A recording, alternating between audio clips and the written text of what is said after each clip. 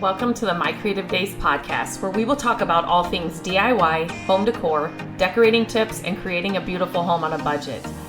I am hoping our time together will spark a creative idea, help you plan your next DIY, or inspire you to finally tackle that project you keep putting off. Grab your favorite cup of motivation and let's chat.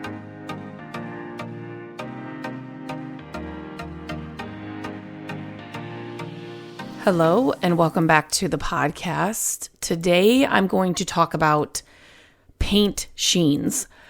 So I got a question the other day asking about how do I know which paint sheen to get for my project. They were doing painting some walls and then just wondering the different sheens that are available, and it's kind of overwhelming, and what do I pick? So this is really important, and I'm going to share today just kind of the different characteristics of each of the sheens that the paint usually comes in, and then where they are usually applied, if that makes sense. So like where flat paint is usually used and where high gloss is usually used. But one thing to know about sheen is that the color will change depending on the sheen that you're using. So when I was pregnant with Landon, we didn't know if it was a boy or a girl, and we were doing the nursery. I added stripes to the nursery, the bedroom wall, and I think I did it all the way around. I can't remember.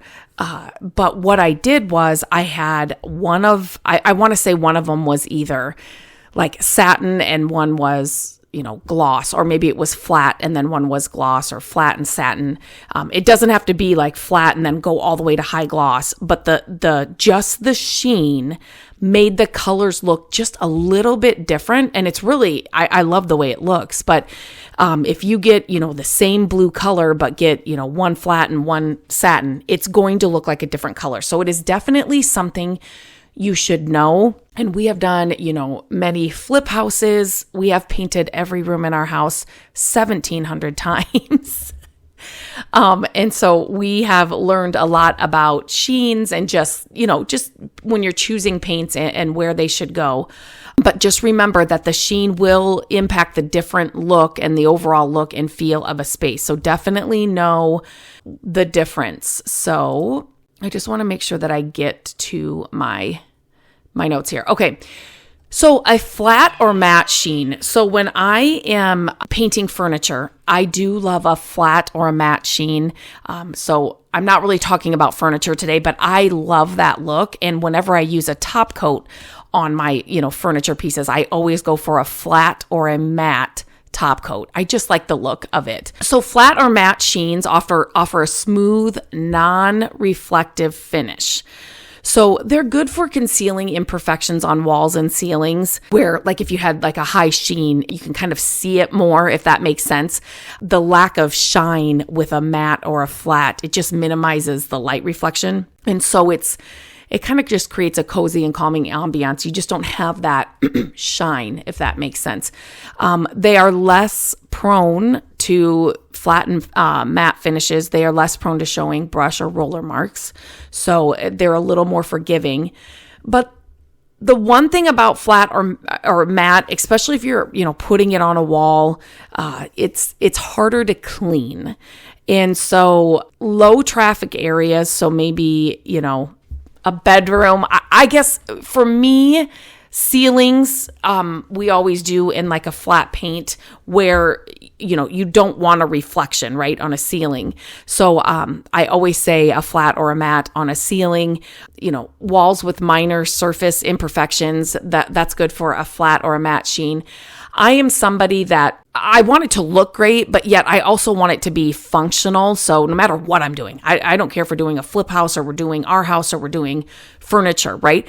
Like it's got to be functional in the end. So if I can't clean a matte or a flat paint, I'm not going to add it to the walls, especially if you've got little kids, it's just harder to clean. So the next one is eggshell sheen, and it kind of is a balance between matte and like a subtle gloss finish. It offers a soft glow, a slight hint of reflection, but still not much at all. Back in the day, it was always eggshell was the was the type. Like it wasn't really flat. I just remember it was always eggshell we would get for, like ceilings and things. Now they have ceiling paint. We usually go with that. But eggshell you can wash better, so for moderately trafficked areas, you might want to use an eggshell sheen. Walls that might encounter occasional scuffs and stains, you could use an eggshell with. Homes with children or pets is okay. But again, if I am painting a wall, every wall in our house, I usually choose a satin, which we're going to go into. Satin, I know for sure I can clean it. I can go up to the walls and it's the mark or the whatever it is not going to set in and not come off like it would with it could with an eggshell. Most definitely probably won't with a flat. But a satin is where I'm happy when I'm painting walls. So it just offers, like a velvety appearance. It falls between eggshell and semi-gloss. It's durable, easy to clean, makes it perfect for high traffic areas or just, your living room, your hallways. Kitchens, your bathrooms, trim and molding. It highlights architectural details, and so you can use it on trim and molding. But satin is what do I want to say? It's just it's just good for everywhere. So definitely that's kind of my safe, especially for walls. That's where I want to be. So, if you were telling me you were painting your living room, if you were telling me you were painting your bathroom, your bedroom, your hallway, I would definitely say satin just because the functional part of it. And I like the way it looks, right? It just looks good in every space. So semi-gloss, it's just when we get into the glosses, they're more shiny. They're more like furniture pieces. When people use a really glossy sheen, it just doesn't, I don't think it looks the best, but it is practical. It reflects light. It can create a vibrant and spacious feel. They're great for resistance to moisture and stains. So they are a top choice for areas that are prone to splashes and spills, but I would still use satin. If you're somebody that wants a little bit more shiny, definitely go semi-gloss. I wouldn't go high gloss. But things like beyond walls for a semi-gloss. So kitchen cabinets, furniture, like I kind of talked about, doors and window frames, walls that are prone to moisture. So your bathroom walls, you might want to do in a semi-gloss. But think more of not your main walls, if that makes sense, right? Doors, trims, cabinets. Cabinets, you kind of, you really want to make sure, it's a surface that you can wipe off, right? And clean. So that's where semi-gloss can come into. Again, they have cabinet paints out there. And so just kind of depends on the look you're going for. So now we're at the gloss sheen. It's the highest level of shine and reflection, right? It provides a polished and almost glamorous look, if that makes sense, right? It's durable, washable. It can highlight imperfections. Remember that? It can highlight imperfections. So think of it more for, again, trims, railings, doors. I would not say furniture.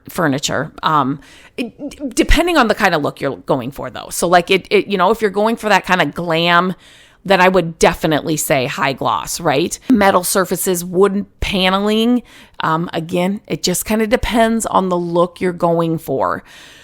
So whenever I tell people, if they're asking me questions like this, or I always say to just go on to Pinterest and just start a board that's just kind of a secret board just for you. Just go to that. So let's say you're painting your living room and that's what you want to do. All you're doing on that secret board is you are pinning pictures of living rooms that grab your attention. Don't worry about what the paint looks like, what the paint color is, whatever. Just look at the living rooms. If it catches your eye and you love it, then you pin it to that board. Once you get 10 to 20 to 30, however many, go through those pins and see what the overall aesthetic is of those rooms, right? which will lead you to, okay, I really like the glam look. I really like a more muted look. I really like it's going to help you narrow it down to see what really grabs your attention. And that's going to help you. And then these little tips that I talked about here in this episode will help you pick out the right paint for the area that you are painting for, if that makes painting in, painting on. So understanding the difference of them all is really good, but then also understanding what you like, how it's going to function, how you're going to use that room, how the walls are going to get, are people in and out of that area all the time, or are they not? And just, can I clean it or can I not? Lighting is also huge. So, do you get a lot of natural light or no? It's going to be lamps or overhead light or whatever it is. But that pinning, it's the same thing like with magazines. I mean, if that's what you want to, if you don't have a Pinterest account and you have a bunch of magazine subscriptions or magazines, go through and cut out or, just put a sticky note in the different pictures that you like. And then when you have them all together, lay them all out on the floor or all out on the dining room table and just see what keeps showing up in each picture. What kind of aesthetic is it that you're really, really liking and really, really pulled to? And that's going to help you then narrow it down. Then you know what to look for now in the different sheens of paint. And it's just going to be so much easier. Let me know if that was helpful. Again, I always love these questions. It tells me what to share on the podcast, what to share on the website. Please keep them coming. Any question, all questions are fine. I will never share your name, but it just helps me in creating the content that you guys need and want. So reach out to me on Instagram at mycreativedays or email me, lindsay@mycreativedays.com, and I will make sure to answer all your questions here on the podcast. And until I talk to you again, have a great day, and I will talk soon. Hello, friends. Thank you so much for listening to the podcast. I'm grateful that you tune in every week and that you share the show with your family and friends. I love having creative chit chats with you, and my hope is that this podcast will inspire you to try a new project, start a DIY that you've been putting off, and decorate your home exactly how you want it. There are a few ways you can help us with the podcast. Follow the podcast so you don't miss an episode. And if you could take a few minutes to leave the podcast a review, that would help us so, so much. Again, thank you for being here, and I look forward to our chat next week. Bye-bye.